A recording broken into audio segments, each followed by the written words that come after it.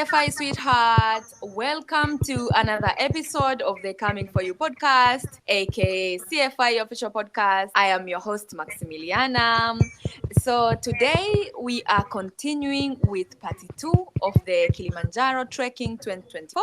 I invited Oscar again. As you may know, Oscar is the managing director for Tanzania Escapade, which is a leading trekking and safari expert based in Arusha, Tanzania. So, Oscar, how is your weekend going so far? Hello, Maxi. Thank you for inviting me again today. My weekend is fabulous. We had an amazing time with the family and friends, and I'm good. I'm good. How about you? Great. Fantastic. I'm doing Mm. great. I am grateful. So, as you promised our CFI sweethearts last weekend, you will share with them your story of how you got into tourism business and so forth. So, you better fulfill your promise today. Are you ready? Ah, I was born ready. Okay. All right. Tell them then. It was quite a journey. I always wanted to be working in tourism industry, but my parents were not very supportive for me to go on self-employment or working in the private sector. My father always believed in working in a government or civil servant, like a teacher or a doctor and things like that. So when I finished my secondary school, my grades was allowing me to go to a teaching college, and I literally got a post to go to a teaching college, but I didn't want to. I was against my parents' idea to go to do something they want. I always strive to do something I will enjoy, something I will be happy to do on a daily basis. In this life, if you're just going to do something just to make other people happy, I don't think it will take you anywhere. But as long as you will make a decision to do something that is a passion, you can work nicely.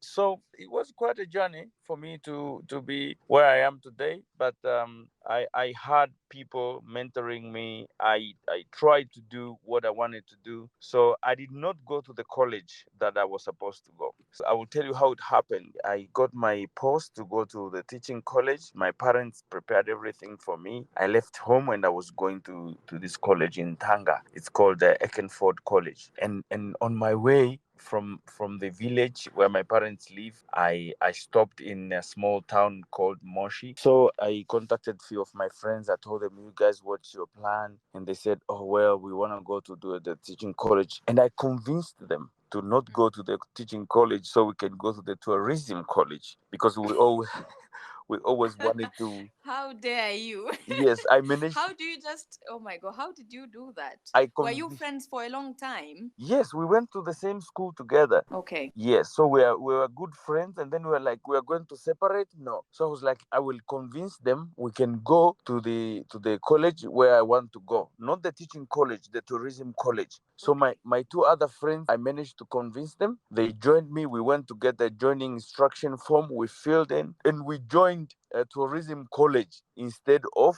the The teaching teaching college. college. Yes. So we started doing our classes and everything is fine. My parents were calling me, checking up on me. I was telling them everything is fine. Little they knew that I'm not at the teaching college, I was doing something else. But in the college you get like the reports every term. So my parents requested for the results. What are the results for the first term? How are you doing at the college? So I had nothing to show because I cannot take them to bring the result from different college, from different things that they are not expecting. So I was like here and there telling them, well, I'll bring. I wasn't bringing, and then my father said, I will not pay any school fees from now.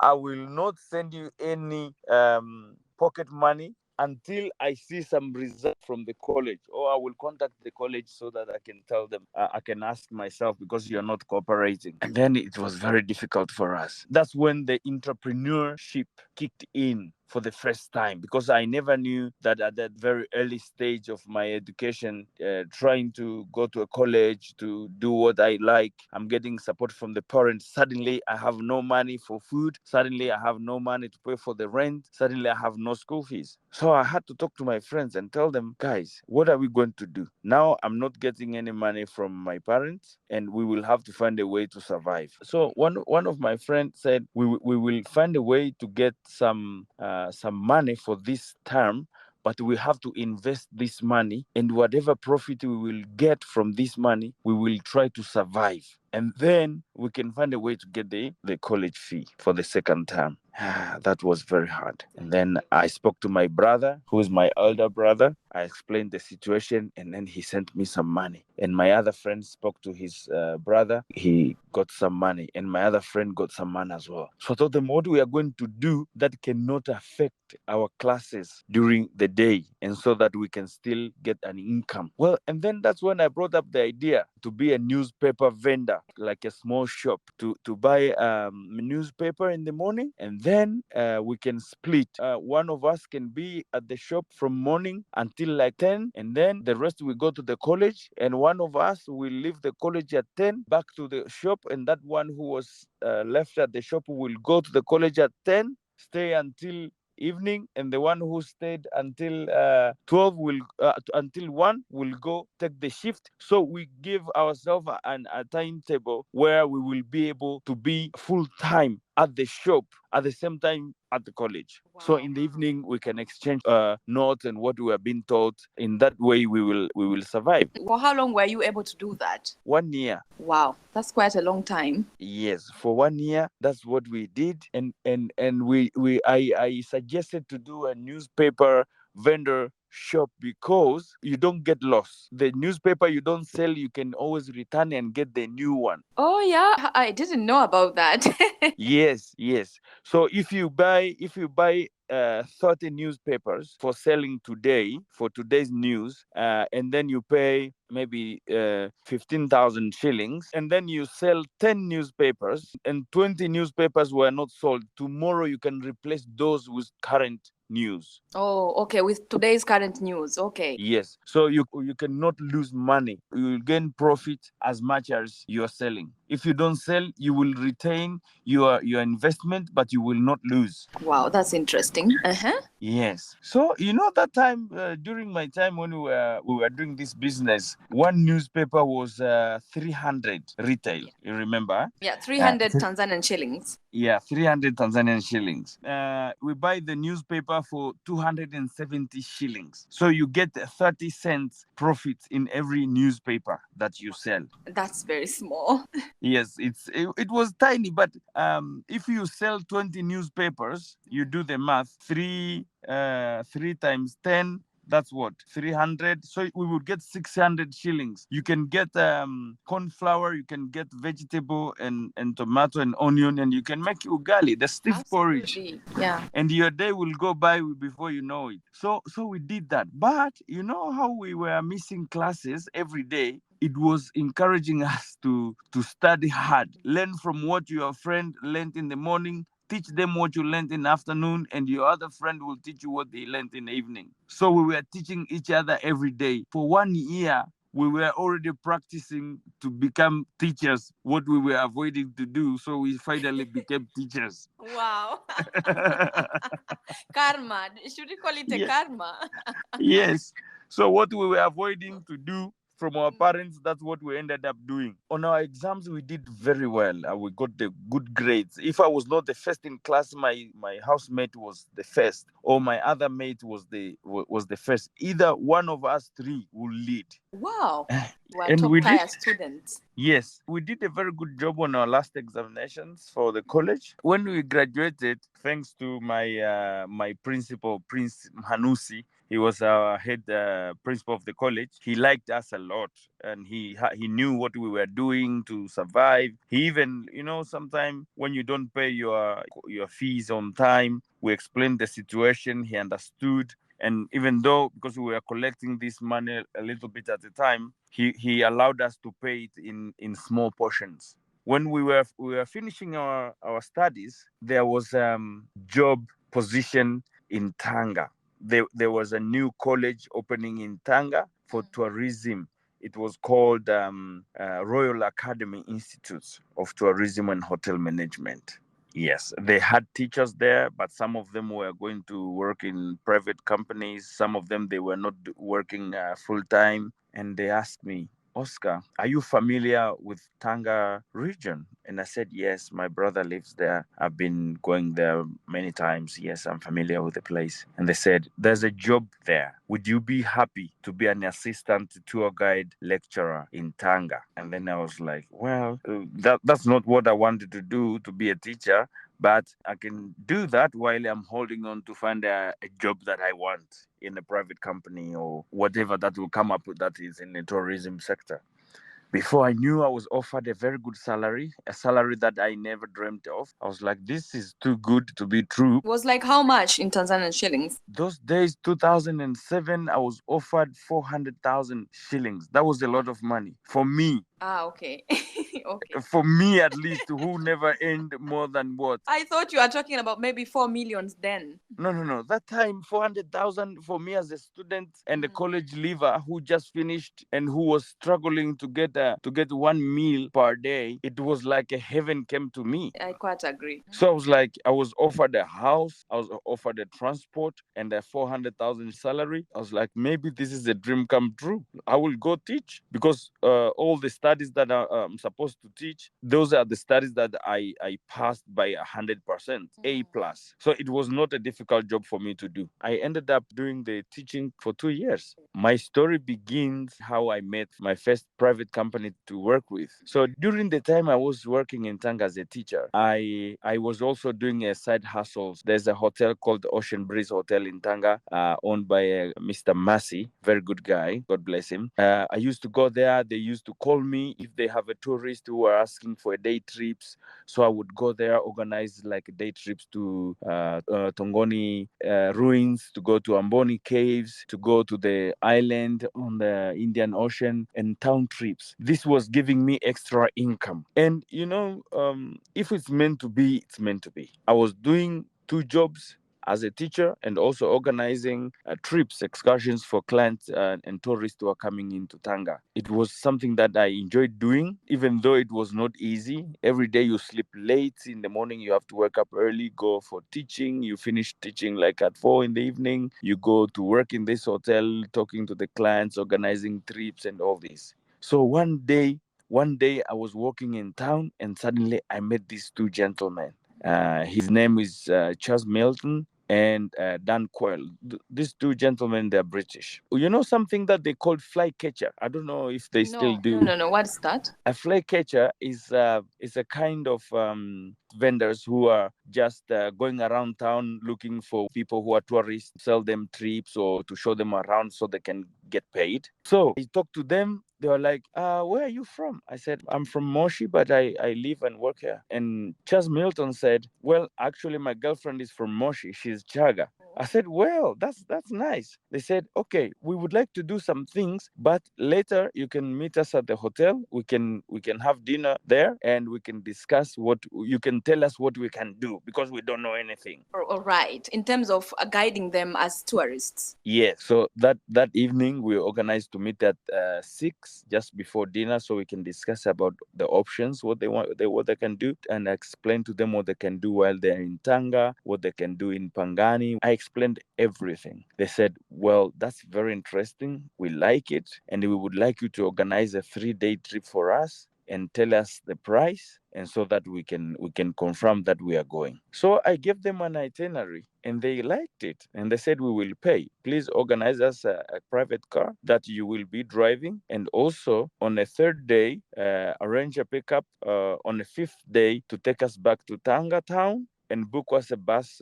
Those days there was a Scandinavian buses. You remember those? Yes. Yes, Scandinavia buses that were going East Africa. They were going back to Dar es Salaam. Then I organized everything perfectly and they paid me very well. They gave me a very good tip. And then while on the last day, when I went to pick them up, to drop them up at the bus so they can catch a bus to Dar es Salaam, Dan Quayle said, by the way, we are planning to open a company in Moshi and we like you. We like what you're doing. And please, if you can work with us, we will be happy to have you on board.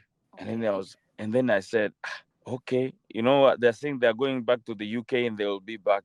Sometimes you cannot rely on promises. But then I was like, maybe they will offer me a job, and this is what I always wanted to do. I said, okay, when you guys are already coming, I will be happy to join the team, and then we can move to Moshi and work. In those days, they were working with students from different universities in the UK, that they were climbing Kilimanjaro, traveling to Tanzania for charity. Yes, Birmingham University, Manchester, UCL, University College London, Loughborough, different universities in the UK. So there was many students coming to climb Kilimanjaro, and we said goodbye. I went back to my normal routine. They left. 1 month later, I get a call.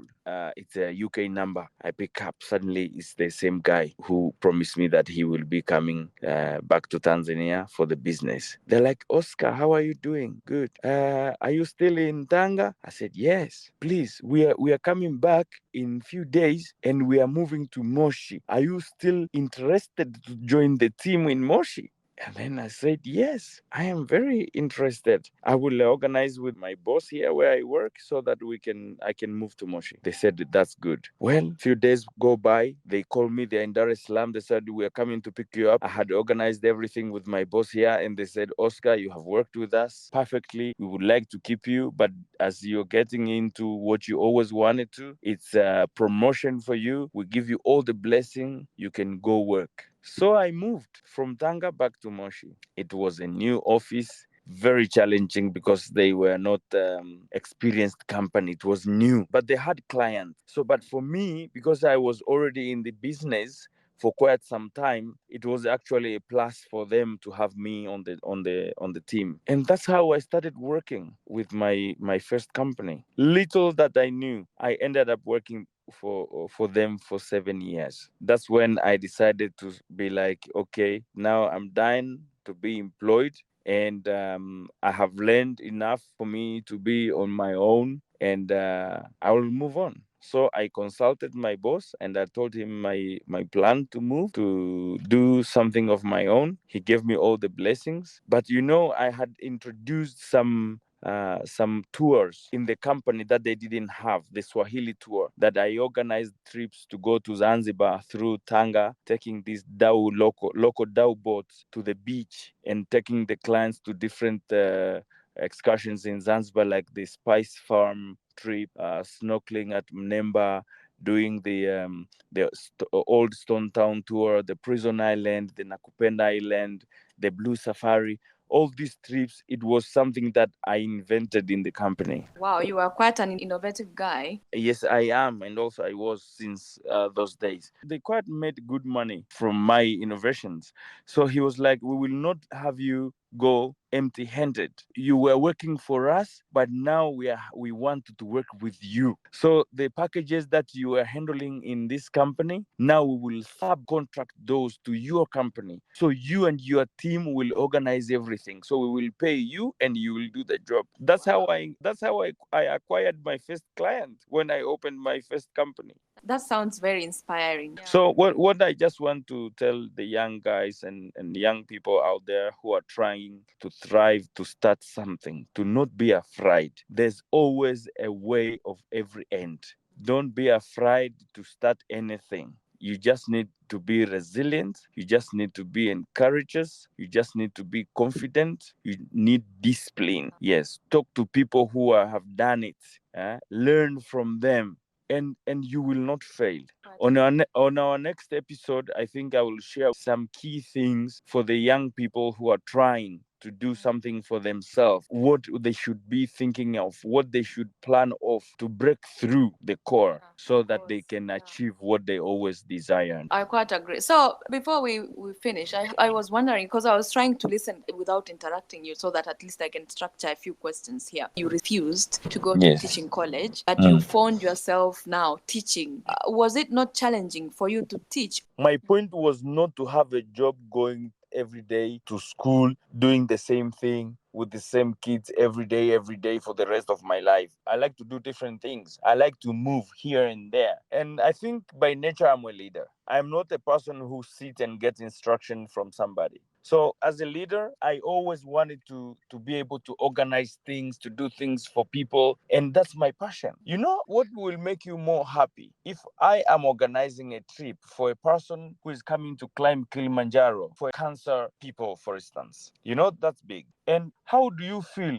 when you are organizing a trip, which is a bucket list for somebody who have planned this for like 5 or 10 years? It feels very fulfilling. Yes, that's very fulfilling. Being part of those dream come true, it's my passion. That's what I always wanted to make people feel good about what they are doing. And how do I become part of that? This is the only way I found to fulfill my desire. It Thank you. makes me very happy when I organize a trip and my clients come back and say, this trip was phenomenal, it was amazing, it was beautiful, it was exceptional, we are very happy, we will recommend other people. And you know how the tourism chain work, you support so many people. When you're organizing Kilimanjaro trips, for example, you are supporting even a woman who is in the village growing vegetables, because we are buying those for the mountain. We are buying food, maize, corn flour. We are buying carrots. These things we are buying from the market. These women who are widows, who are small scale farmers, we are buying from them. They are supporting their kids to go to school. They are supporting their kids to get the health care. It's such a long chain that you're supporting without knowing. And you know how our families are. We have extended families here. You are born maybe two in your family or three, but suddenly you have your nephew, you have the daughter, granddaughter of your aunt, your nephew of whatever. Like the third generation there, they come to you as long as you can provide or can give something. You know how that works. Yeah. So a lot of tourists, including first timers like me, who have the biggest motivation to accomplish their dream of reaching at the top, or let's say the highest peak in Africa, are very keen to hear the good side of things that they usually happen before and after climbing Kilimanjaro. Tell me about those adventurous moments. Okay, you know, Kilimanjaro has a lot of feelings, I must say. When you are conquering that mountain and the difficulties that you are going through, by like the emotions, the altitude, and then your courage to say, I will make it to the top, I'll complete this. After you have gone all through those difficulties, that's when the good part comes. That how did I manage to do this? There's nothing I cannot do. Just that feeling of Okay. you can do anything, even that big mountain, you managed to do it. I don't think there's any barrier. Either it's at work, either it's at home, family issues, relationship. You get a lot of thoughts and feelings while you're trekking Kilimanjaro. And because you are doing that physically and mentally, in the real world, you will always overcome whatever thing that will come against you. Wow, that is interesting. Could it be that the Kilimanjaro is the therapist I was always looking for? It is. Kilimanjaro is a therapy that everybody needs to do. I am not kidding. Wow. For me, I've climbed Kili many times. Many times. I have counted more than 90 summits, Kilimanjaro, Would you myself. And say I don't, 90? yes, I count more than 90 summits. And in this case, I have not regretted any time that I went up there. And every time I went up there is different, I must tell you. Okay. If you have a thought, if you have something that you're thinking, you go up on that mountain, you will come back with a solution. Oh my God. Are you kidding me? Are you for real? I'm telling you, it's true. If I'm going through difficult time, if I'm going through ups and downs in relationship, family issues, whatever it is, I arrange a trip and I go up on the mountain. When I come back and I'm a brand new person, new thoughts, new thinking, new strategy, and I go. I cannot wait to have solutions to all of my problems after climbing Mountain Kilimanjaro. Oh my God. I don't know. Somehow I feel inside me, something is telling me that my life is going to change after I climb Mountain Kilimanjaro. I don't know what, but just something is telling me that just go. And when you come back, your life is going to change. And you will see life differently, really. All right, I'm looking forward to it then. So, there are some famous camps in the mountain, and some are named after people or like after situations or some events that happened during the process of climbing Mountain Kilimanjaro. Would you mind sharing those as well? Yes, those we can share, but because of our time, we can make that our next episode. I'll be talking about Kilimanjaro routes, and I will be explaining why those camps are named after. And in that case, we will have a very interesting episode. Thank you so much, Maximiliana. Have a good evening and see you next week. Yeah. So that is the end of episode 30 today. So we really thank you, CFI Sweetheart, for listening from the beginning of this episode to the end of this episode. But just so you know, this is just the beginning. It's not the end, it's the beginning of another episode that is going to be part 3. So see you next weekend, and please do not forget to subscribe to our YouTube channel and follow us on our social media platforms. You just go and search CFI Official Podcast. See you. Bye bye. Kwaheri.